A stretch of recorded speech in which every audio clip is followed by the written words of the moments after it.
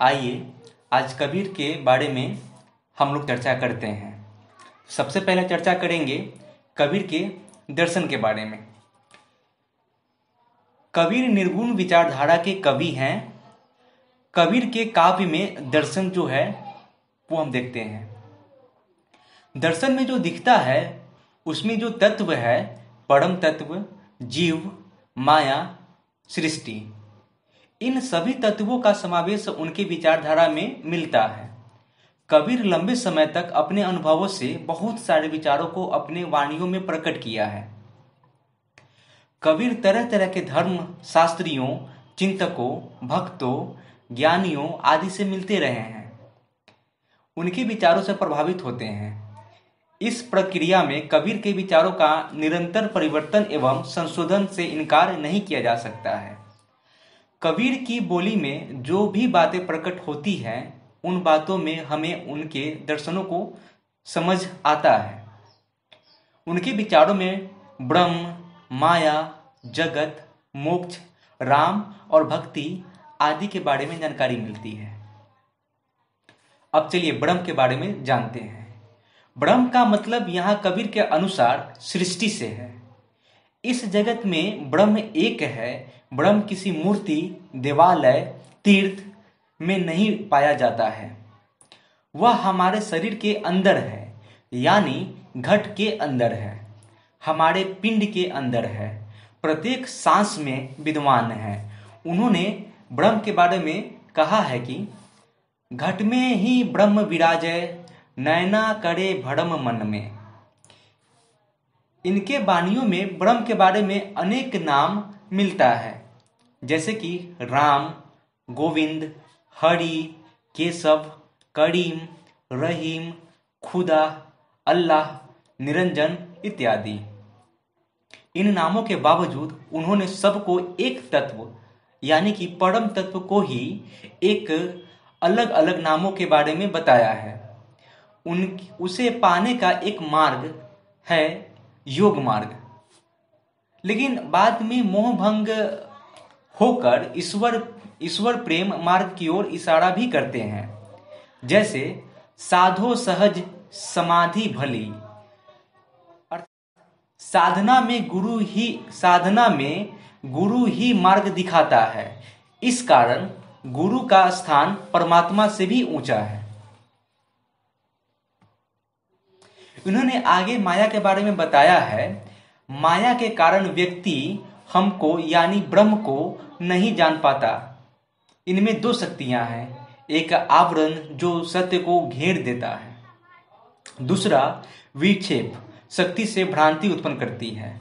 माया को उन्होंने पापनी, सर्पनी, मोहिनी आदि नाम देते हैं और बताते हैं कि परम तत्व ब्रह्म को पाने में यह बाधा है।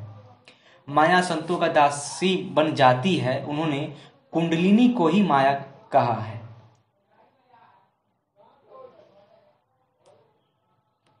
अब चलिए इनके कबीर के जगत के बारे में जानते हैं कि उनके क्या विचार थे। कबीर जगत के बारे में बोलते हैं यह नश्वर है। उन्होंने इसके बारे में एक पद के माध्यम से कहा है, यह संसार कागज की पुड़िया, पानी पड़े घुल जाना है, रहना नहीं देश बिराना है। अर्थात उन्होंने संसार को या जितने भी जगत में रूप में राजा, रंग सभी क्षण भंगुर है, यानी मरणशील है। उन्होंने कहा है कि एक सांसारिक बाजार है। उन्होंने कहा है कि झूठे तन को क्या गड़बावे, मरे तो पल भरी रह न पावे। जगत के रूप में सभी पद, प्रतिष्ठा, रूप, संपत्ति, सुख, आडंबर है। जो कोई भी राजा या रंग प्राप्त करता है सभी को जाना ही है। कबीर ने तो माना ही है अद्वैत।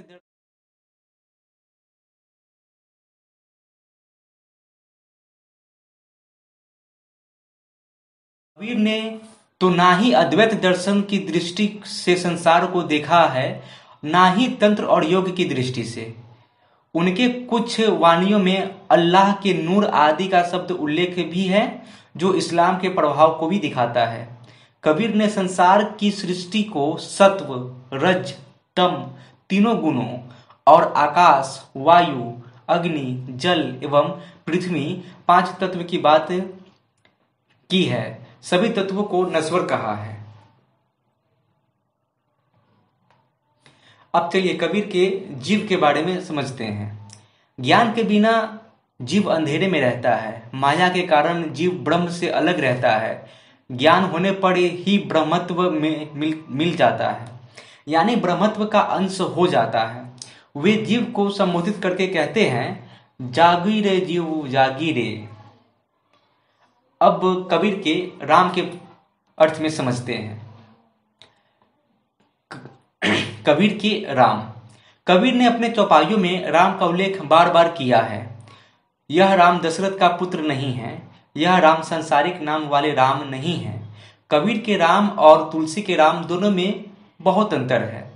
कबीर का राम परम तत्व को कहा गया है, यानी कि ब्रह्म को। जैसे एक राम दशरथ का बेटा, एक राम घट घट बैठा, एक राम जगत का न्यारा, एक राम जगत पसारा। अब कबीर के भक्ति के बारे में समझते हैं। कबीर की वाणी में भक्ति दिखता है। उन्होंने प्रेम भावना से प्राप्त ईश्वर को प्राप्त करने में, अर्थात परम तत्व को प्राप्त करने की बात कही है। रति श्रृंगार रूपक के माध्यम से कबीर कहते हैं कि जैसे तलफै बिन बालम मुड़ जिया, और दूसरे पद में कहते हैं, मैं अबला पीयूं पीयूं करूं निर्गुण मेरा पीऊं। इनकी भक्ति में आत्मसमर्पण दिखता है। राम की ग्राहक और राम ही सौदागर है। नाथपंथी का प्रभाव बाद के दिनों में कम हो जाता है। प्रेम मार्गी प्रभाव दिखता है। हिंदू मुस्लिम भाईचारा, विश्वव्यापी प्रेम यानी विश्व धर्म। इनके अनुसार जाति व वर्ग भेद का कोई स्थान नहीं। प्रेम के द्वारा आत्मसमर्पण को जागृत किया जा सकता है। खुले नैनन पहचानो हांसी हांसी, सुंदर रूप निहारो।